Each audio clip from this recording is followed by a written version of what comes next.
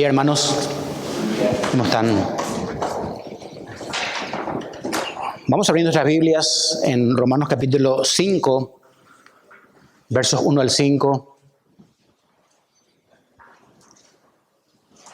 Y vamos a continuar con la sesión de la carta de Pablo a los romanos esta mañana.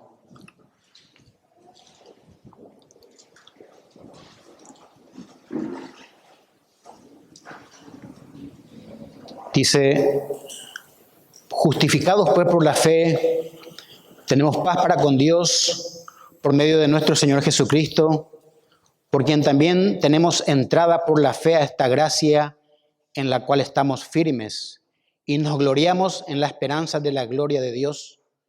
Y no solo esto, sino que también nos gloriamos en las tribulaciones, sabiendo que la tribulación produce paciencia y la paciencia prueba y la prueba esperanza. Y la esperanza no avergüenza, porque el amor de Dios ha sido derramado en nuestros corazones por el Espíritu Santo que nos fue dado. Oramos. Gracias, Señor, por esta hermosa mañana. Gracias por la oportunidad de poder abrir tu palabra y seguir con este hermoso estudio de la carta de Pablo a los romanos. Habla, Señor, tú a la congregación esta mañana, en el nombre de Cristo Jesús.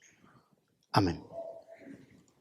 El domingo pasado hemos estudiado con Ricardo Sánchez que Cristo fue entregado por nuestros pecados y resucitado para nuestra justificación. Hoy vamos a estudiar que esa justificación trae consigo algunos beneficios para la vida del creyente.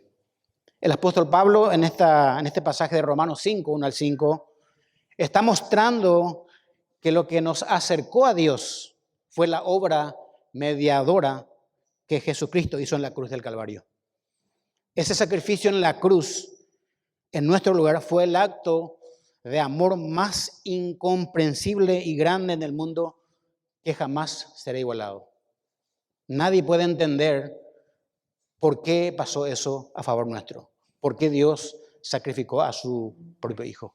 Es un misterio que para nuestra mente fina jamás va a entender del todo. Vean ustedes que con ese sacrificio Dios, en la justificación, Dios nos imputa toda la justicia sin pecado de su amado Hijo a nosotros, que somos pecadores. Dios, en ese sacrificio, en esa justificación que hizo a favor nuestro, nos imputa toda la justicia sin pecado de su amado Hijo. Y al mismo tiempo, Dios cargó con nuestros pecados a su Hijo, que nunca tuvo contacto con el pecado. Por eso el sermón de esta mañana le puse el título: La obra mediadora de Cristo nos da paz con Dios y madurez espiritual. Repito, la obra mediadora de Cristo nos da paz con Dios y madurez espiritual. Ahora, ¿cuáles son los beneficios que nos da la obra mediadora de Cristo por asegurarnos la salvación? Y ahí en el texto tenemos, hermanos, son 4 que podemos verlo fácilmente. En primer lugar, la obra mediadora de Cristo nos da paz y acceso a Dios. En segundo lugar, la obra mediadora de Cristo nos afirma en su gracia. En tercer lugar, la obra mediadora de Cristo nos da la esperanza en la gloria. Y en cuarto lugar, y vamos a verlo el domingo que viene si Dios nos permite, que la obra mediadora de Cristo nos da regocijo en las tribulaciones. Hermanos, justificación significa declarar justo. Declarar justo. Justificación es una sentencia legal o declaración divina por medio de la cual Dios considera al creyente, escuchen, libre de toda falta o culpabilidad y es acepto a sus ojos. A eso la Biblia le llama gracia. Repito de nuevo, justificación es una sentencia legal o declaración divina de Dios mismo, por medio de la cual Dios nos considera libre de toda falta o culpabilidad y somos aceptos a sus ojos. A eso la Biblia lo llama gracia. La justificación se trata de que Dios condenó a su Hijo, escuchen, condenó a su Hijo para que vos y yo no recibamos condenación.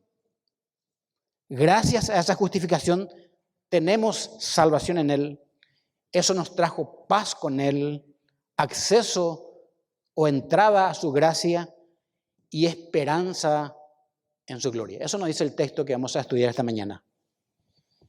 Nuestro texto dice, tenemos paz, tenemos entrada y tenemos esperanza en la gloria. En la justificación, hermanos, el creyente verdadero es dueño de estos bienes gratuitamente. Dios, aparte de declararnos justos, nos da estos beneficios para que la vivamos. En la justificación, Dios mira al creyente, escuchen, como si nunca hubiera pecado. No quiere decir que el creyente deje de pecar. Es imposible. Pero es como Dios ve al creyente. Lo ve justo. Porque el pecador, nosotros, hemos puesto nuestra fe en su Hijo Jesucristo. Por eso esta mañana estamos acá, realmente. Eso pasó con nosotros en un momento dado, el momento que Dios nos salvó. Otra forma de llamar a la justificación o al justificado es absuelto. ¿Se acuerdan ustedes de la imagen cuando Barrabás fue liberado? Un ladrón de aquella época, un instigador político, fue librado. Y Cristo fue al sacrificio. Eso significa, Él fue absuelto. Roma lo absolvió a Barrabás. Bueno, nosotros también fuimos absueltos por Dios. Dios nos absolvió de la condenación eterna. Todas las personas que son justificadas tienen y experimentan estas verdades en su vida. Por eso Pablo, escucha hermano, describe a los judíos inconversos en su carta como ignorando la justicia de Dios y procurando establecer la suya propia. Voy a leerles algo, no quiero que abran. Dice Romanos 10, 3 al 4, porque ignorando la justicia de Dios, dice Pablo, y procurando establecer la suya propia, no se han sujetado a la justicia de Dios, porque el fin de la ley es Cristo, para justicia a todo aquel que cree.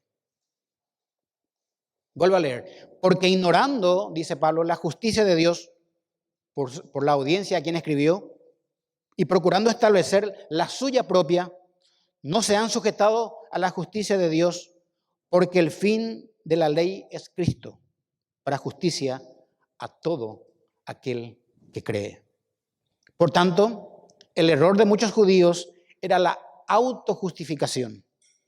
Ellos pensaban que una persona, por sus propios padecimientos, podían obtener el perdón de sus pecados. Y por sus buenas obras, oraciones, limosnas, ceremonias religiosas, ritos, creer en la ley, etcétera, podían merecer la vida eterna.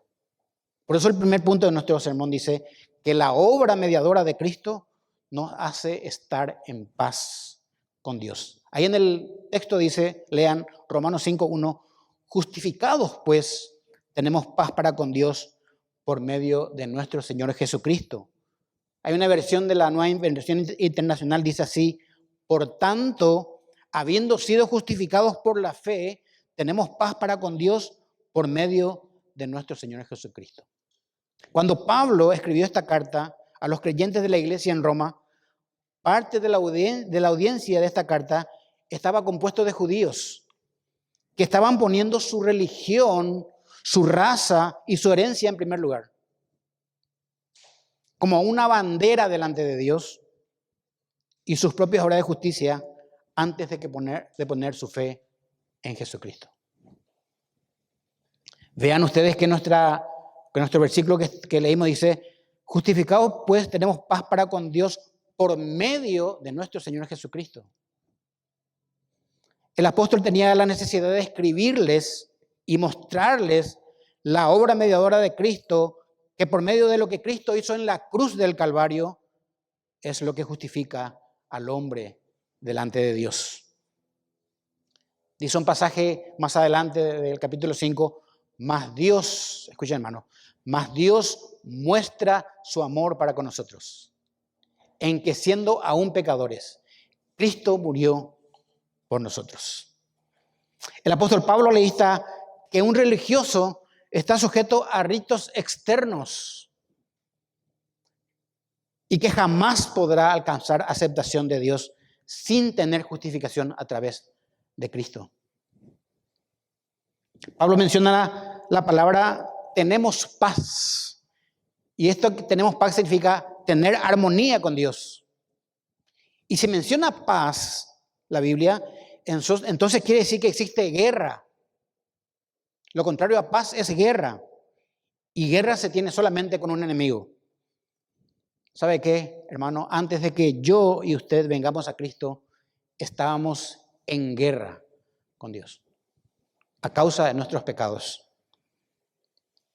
Pero cualquiera de nosotros esta mañana podría pensar en su interior diciendo que él no está en guerra con nadie, ni tiene ganas de estar en guerra con Dios.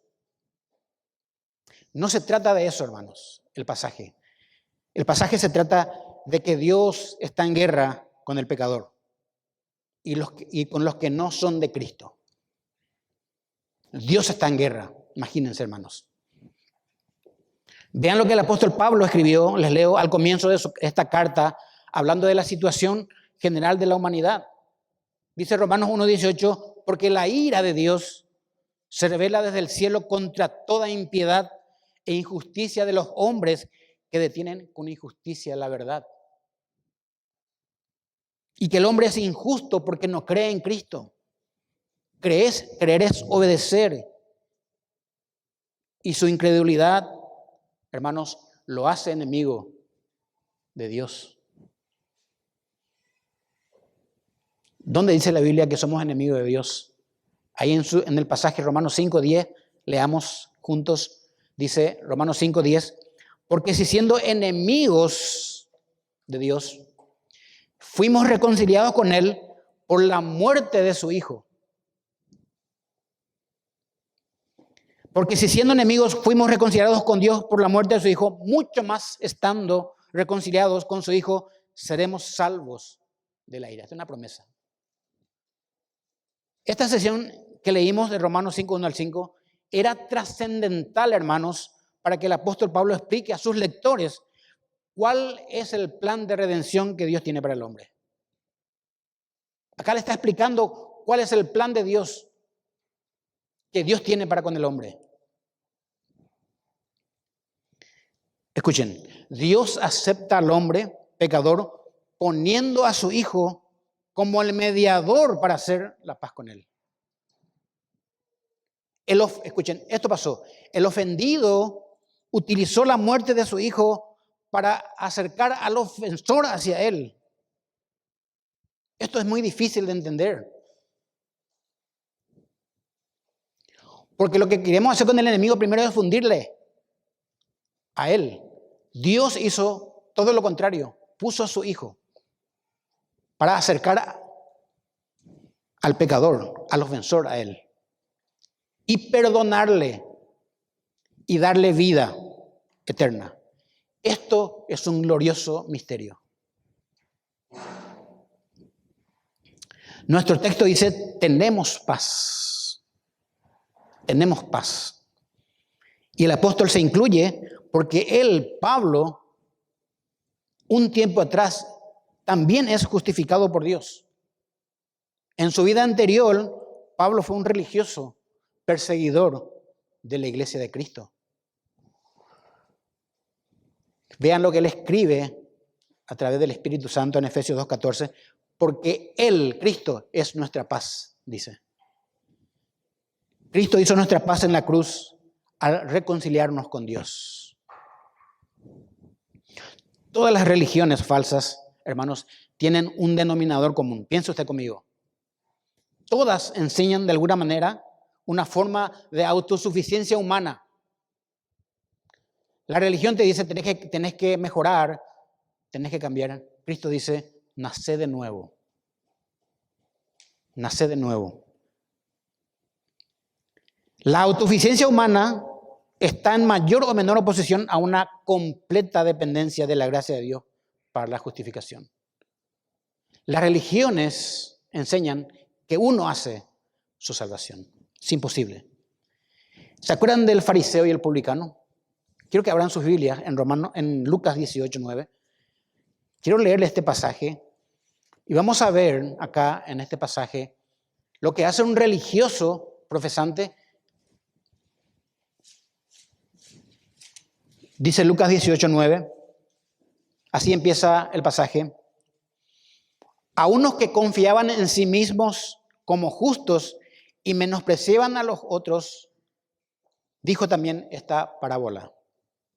2 hombres subieron al templo a orar. Uno era fariseo, religioso, y el otro publicano, a quienes le llamaban pecador. El fariseo, puesto en pie, oraba consigo mismo de esta manera.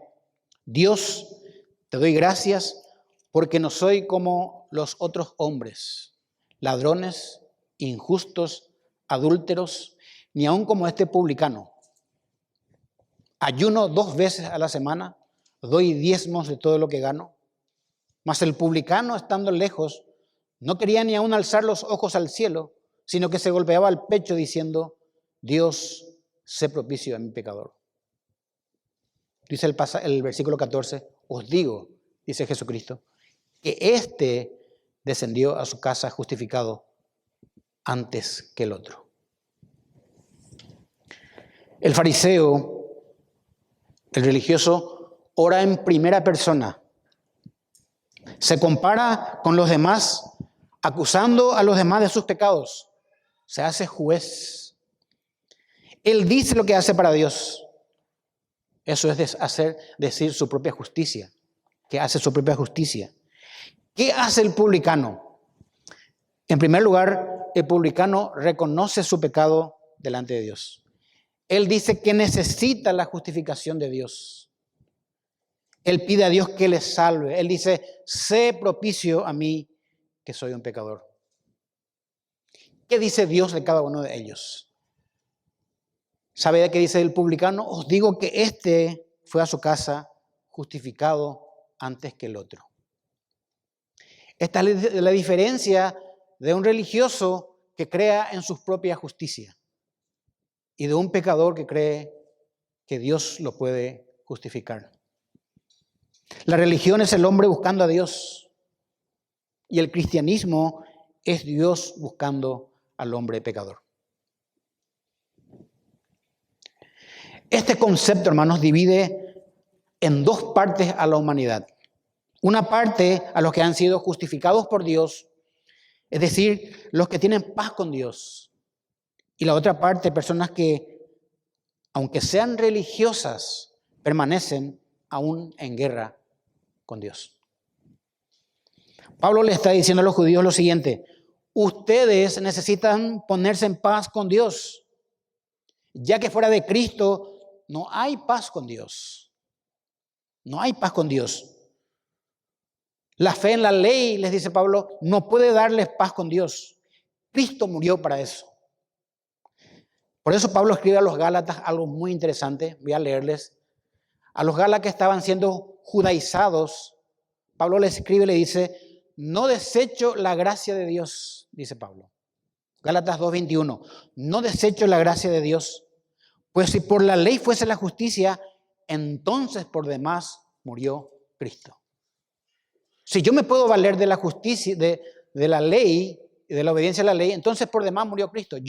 Pablo dice, no desecho la gracia de Dios. Yo tomo la gracia de Dios para mí. Fíjense que en la cruz, estábamos cantando unas canciones hermosas, ocurrió lo siguiente. Dice el salmista en el Salmo 85:10, La misericordia y la verdad se encontraron en la cruz. La justicia y la paz se besaron. Hubo justicia de Dios, pero también hubo paz con el hombre. Hermano, yo no sé cómo aplica esto a su vida.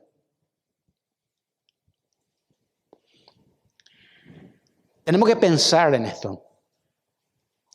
La muerte de Cristo, el momento que Él nos justifica, en el momento que Él dice, yo pagué todo, tiene que estar en nuestra mente diariamente.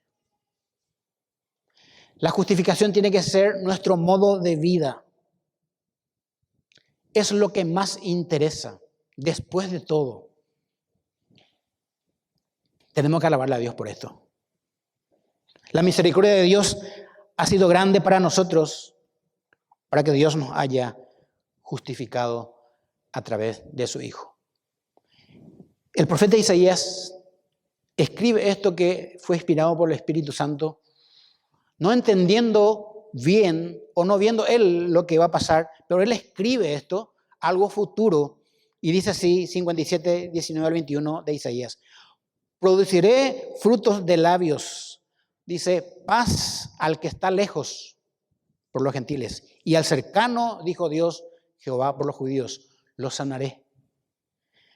Pero escuche, dice, pero los impíos son como el mar en tempestad, que no puede estarse quieto, y sus aguas arrojan cieno y lodo. Vean ustedes el mar en la costa, está arrojando cieno y lodo, no hay paz. Dice, no hay paz, dijo mi Dios, para los impíos. No hay paz.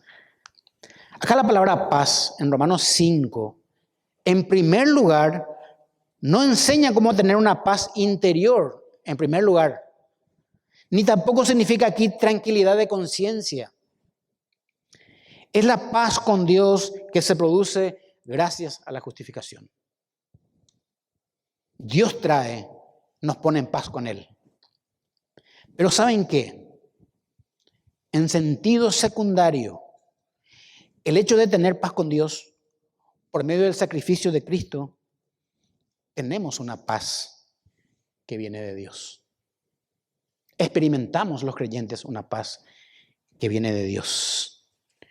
Como alguien decía, a los que tenemos a Cristo, experimentamos lo que se llama un sonido dulce del alma. Aunque estemos en un grave problema, aunque estemos en un problema para nosotros no solucionable, en el fondo de nuestro corazón, los creyentes experimentamos una paz que viene de Dios.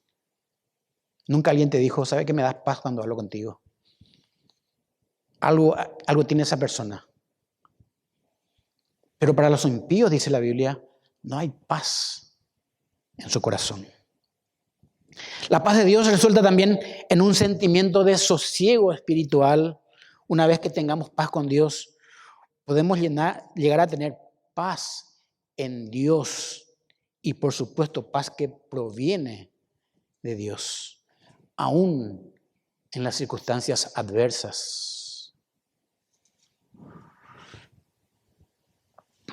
Dice Romanos 8, porque los que son de la carne piensan las cosas de la carne, pero los que son del Espíritu, los creyentes, en las cosas del Espíritu.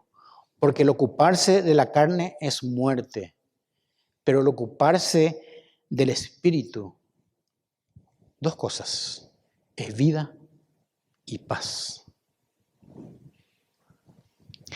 Los verdaderos creyentes se ocupan del Espíritu.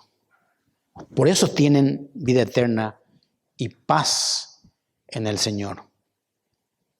Pero nuestro texto también dice en Romanos 5:2, por quien también tenemos entrada por la fe a esta gracia en la cual estamos firmes. Esta palabra entrada es muy importante para todos nosotros porque da la idea de que una puerta se nos abre a algo, a alguna posición, y especialmente para los judíos. ¿Saben qué? Para los judíos la palabra entrada significa acceso a Dios. Y Para el judío el acceso a Dios, al Dios infinito y absoluto que ellos conocían, les era imposible creer. Ellos no creían que haya un acceso directo a Él. ¿Saben por qué? Porque el pueblo judío sabía que para tener acceso y encontrarse con Dios había todo un rito de por medio. Era cumplir con lo que estaba escrito en la ley de Moisés. Necesitaban un sacerdote, de una ofrenda, de una fecha, etcétera, etcétera. Los judíos no podían creer que haya un acceso directo. Los que no creían en Cristo. Por eso el autor de la carta a los hebreos explica esto a los judíos que se convirtieron, a los que pensaban abandonar la fe a causa de la persecución. Dice Hebreos 10, 19 al 21. Así que, hermanos, teniendo libertad para entrar en el lugar santísimo por la sangre de Cristo, por el camino nuevo y vivo que Él nos abrió a través del velo, esto es de su carne, y teniendo un gran sacerdote sobre la casa de Dios, acerquémonos pues confiadamente al trono de la gracia. Tenemos acceso, dice Pablo, a Él, por lo que Cristo hizo por nosotros. En el Nuevo Testamento dice Pablo a los Efesios 2:18, porque por medio de Cristo los unos y los otros tenemos entrada por un mismo espíritu al Padre. Tenemos entrada, hay un acceso, Cristo nos abrió. Y en Efesios 3:12 dice, en quien tenemos seguridad y acceso con confianza por medio de la fe en Él. Tenemos acceso. La justificación nos trae eso. Tenemos acceso a Él. Por eso el autor, como dije, a los hebreos anima a los creyentes judíos que se puedan acercar a Dios con confianza. Acerquémonos, pues, confiadamente al trono de la gracia para alcanzar misericordia y hallar gracia para el oportuno socorro. Esto es glorioso, hermano. Y usted y yo que estamos en Cristo, cuando nos hallemos en diversas pruebas, podemos acercarnos a Dios confiadamente. Él está en nosotros, de manera que podemos alcanzar todos nosotros el socorro que viene de Dios. Entonces, en primer lugar, la obra mediadora de Cristo nos da paz y entrada con Dios. En segundo lugar, la obra mediadora de Cristo nos afirma en la gracia. Nos afirma en la gracia. El sacrificio que hizo por nosotros en la cruz el Señor Jesucristo nos afirma en esa gracia. Dice Romanos 5:2, por quien también tenemos entrada por la fe a esta gracia en la cual estamos firmes.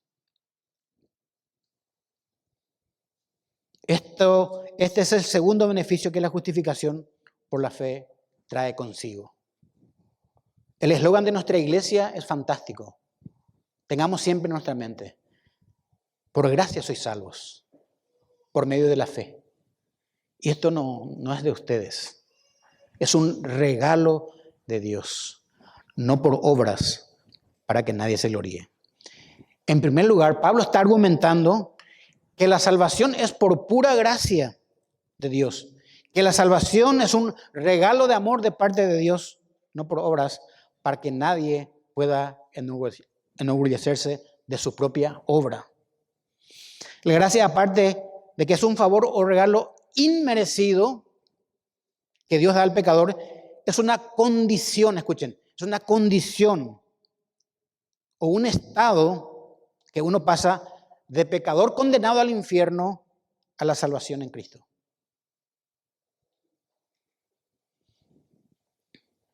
Esto tenemos que llevarlo todos los días en nuestra mente, hermanos. Pablo dice en Efesios, bendito sea el Dios y Padre de nuestro Señor Jesucristo, que nos bendijo con toda bendición espiritual en los lugares celestiales en Cristo. Siendo condenados al infierno, tenemos una posición en los lugares celestiales de Cristo. ¿Quiénes somos para ellos? Nadie. pero somos privilegiados de parte de Dios. Pero también se refiere a la posición permanente y segura de las que gozan los creyentes en la gracia de Dios. Por eso dice firmes. La gracia es regalo de Dios. Es un regalo por el cual Él cambió nuestro corazón por un nuevo corazón para que creamos en Él. Le hemos conocido a Dios por su gracia, pero también la gracia, escuchen hermano, es un lugar en donde todo pecado es olvidado. El profeta Miqueas dice esto, de que Dios tiró nuestro pecado en el fondo del mar y jamás se va a recordar de ello. Que usted se recuerde ya es un pecado. Dios se olvidó de nuestros pecados. Dice un pastor que fue a hablar con su médico de cabecera y le dice el diagnóstico del médico a él, que tiene un problema en el corazón, de que tiene que operarle a corazón abierto y le dice que tiene que quemar algo dentro del corazón para que él pueda vivir. Una operación bastante grande. Y este pastor siempre le hablaba a su médico de cabecera de Cristo. Siempre le testificaba. Y le dijo, entonces más o menos vas a cambiar mi corazón, le dice.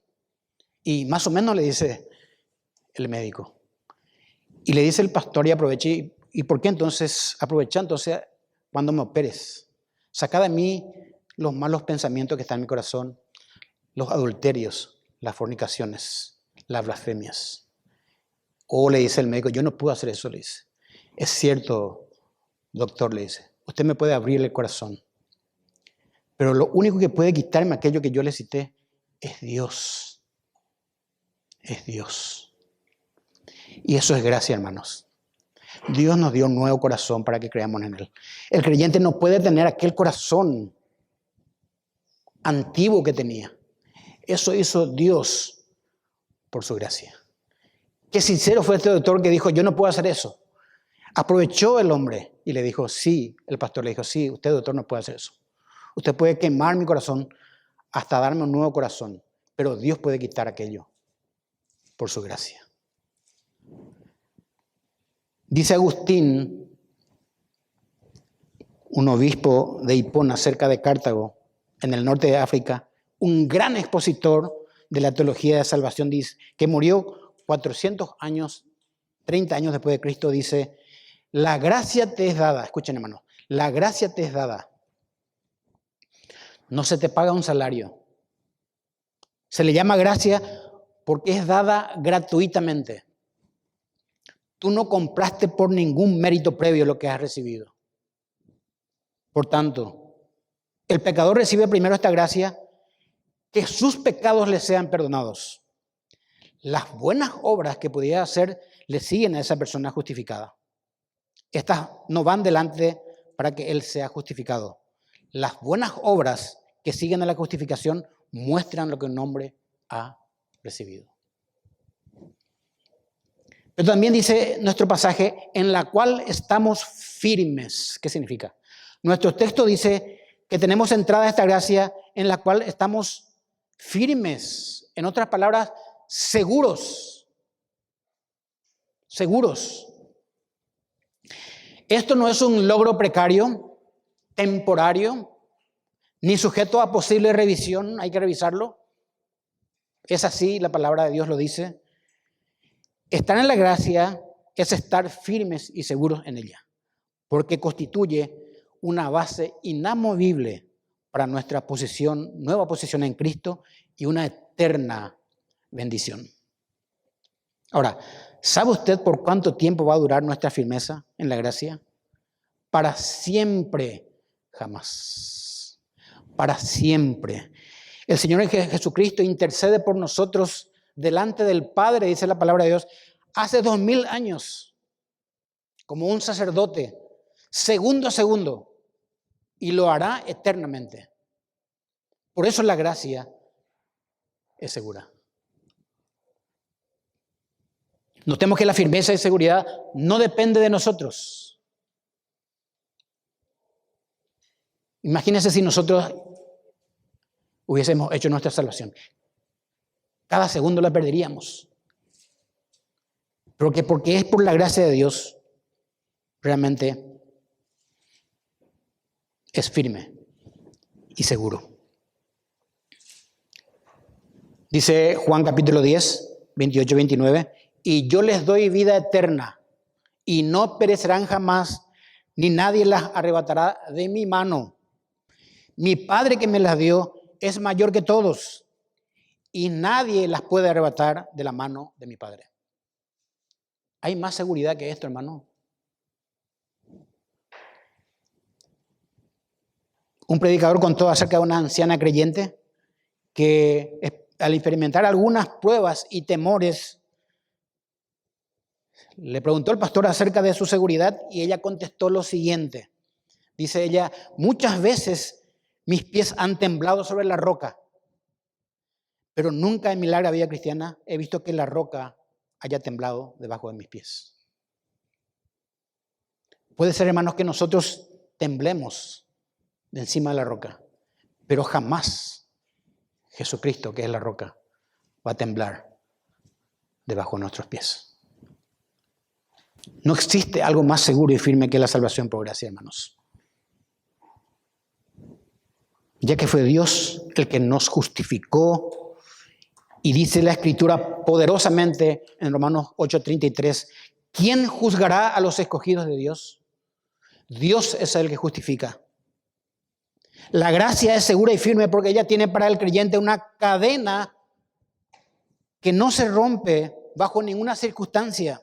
Son eslabones unidos por la gracia divina de Dios y de la cadena que no se rompe podemos leer en los pasajes que hemos leído. Romanos 5:1 dice, tenemos paz con Él. Romanos 5:2 dice, tenemos entrada en la gracia. Romanos 5:2b dice, tenemos esperanza en la gloria. Todas estas cosas nos dan una tremenda seguridad porque Dios nos habla de 3 momentos gloriosos.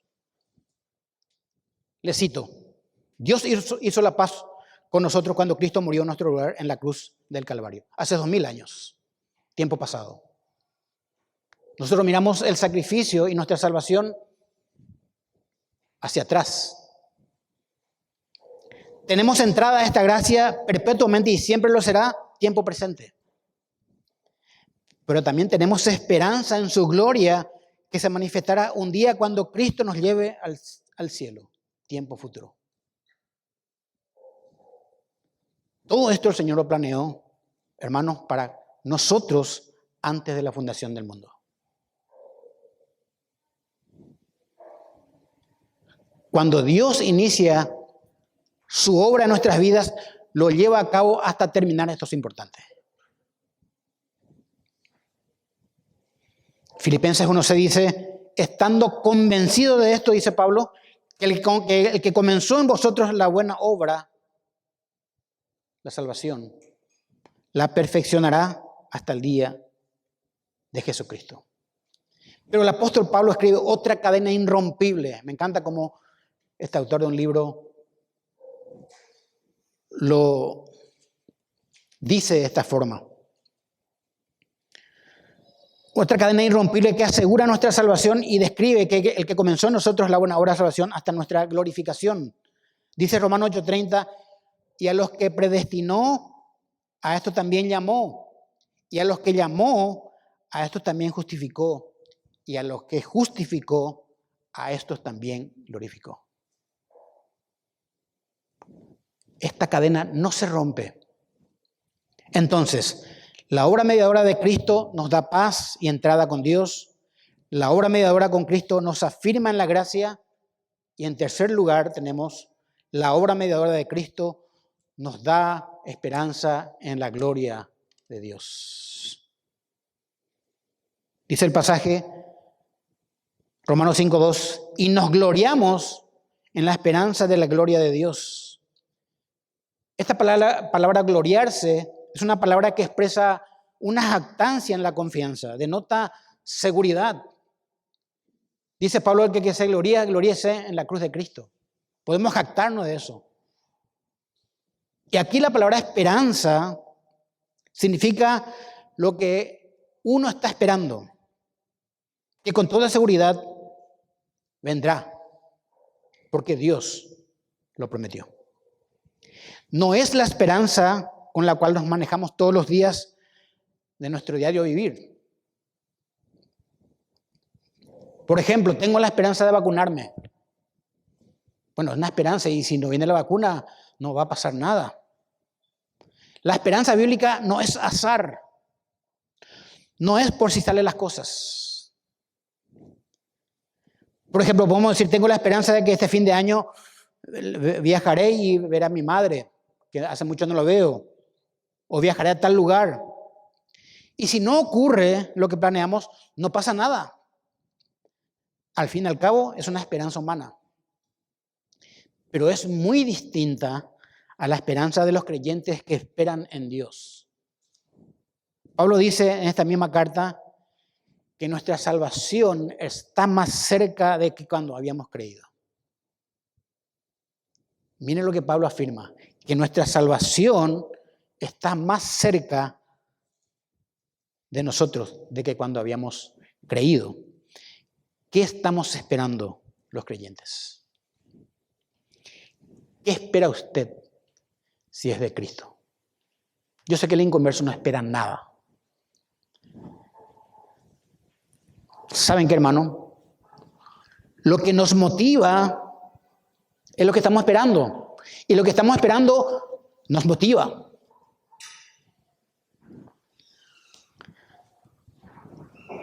Puedo dar un ejemplo. ¿Se acuerdan las mujeres cuando esperaban a su novio en los días de visita? Había una tremenda preparación, ¿verdad?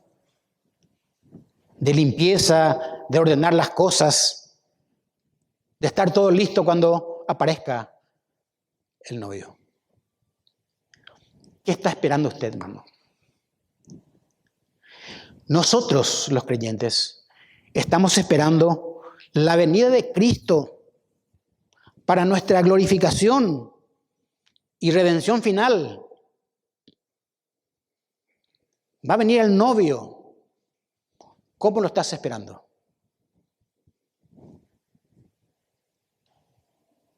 Dice Juan 6:39, y esta es la voluntad del Padre, el que me envió, que todo lo que me diere no pierda yo nada, sino que lo resucite en el día postrero. Qué gloriosa promesa tenemos. Dice Colosenses 3:4, cuando Cristo, vuestra vida, se manifieste, entonces vosotros seréis manifestados con Él en gloria. ¿Hay duda? El creyente no duda. Dice 1 Juan 3:2, amados, ahora somos hijos de Dios y aún no se ha manifestado lo que hemos de ser. Pero sabemos que cuando Él se manifieste o se muestre, seremos semejantes a Él, porque le veremos tal como es. Ahora, dice en Corintios, lo vemos como en un espejo que tiene humo y no se ve muy bien. Pero cuando Él se manifieste, lo veremos tal como es. ¿Le espera usted, hermano? ¿Cómo le está esperando? El apóstol Juan asevera a los creyentes que ahora somos hijos de Dios y que cuando Él se manifieste, se muestre, seremos semejantes a Él. Tremenda promesa de glorificación. Romanos 8:17 dice, y si hijos, también herederos, herederos de Dios y coherederos con Cristo, si es que padecemos juntamente con Él, para que juntamente con Él seamos glorificados.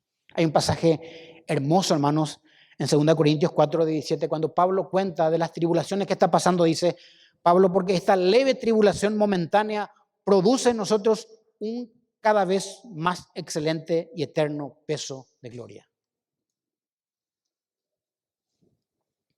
En todo el mundo, hermanos, y también gente, hermanos de nuestra iglesia, están experimentando a causa de esta pandemia una leve tribulación momentánea. Y eso produce en nosotros un eterno peso de gloria. El próximo domingo, si Dios quiere, vamos a ver que también nos dio Dios con la justificación que nos gloriemos, que nos alegremos en las tribulaciones.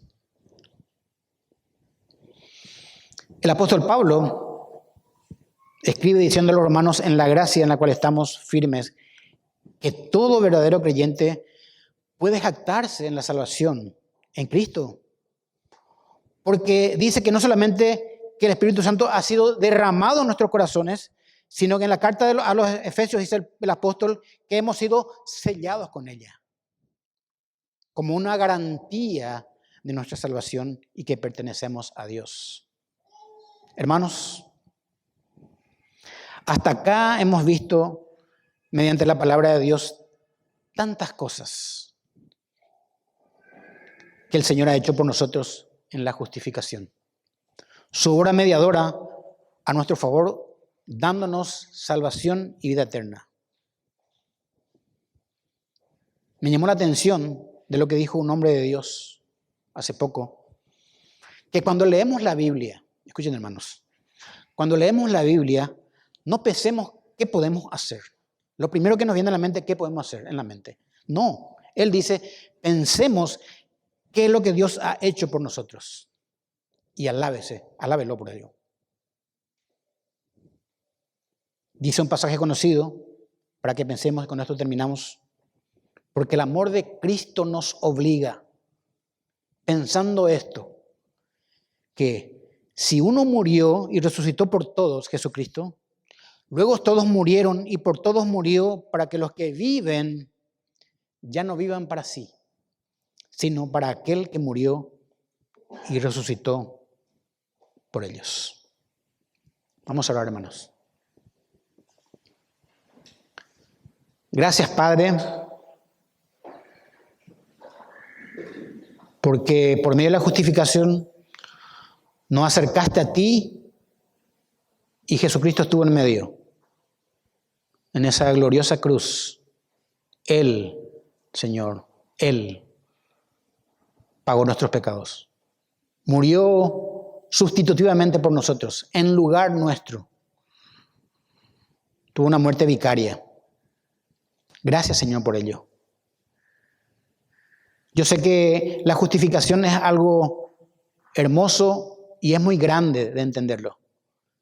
Pero conforme a lo que podamos entenderlo, te pedimos que la Iglesia Bíblica de la Gracia piense en ello y viva respecto a adorarte por habernos justificado.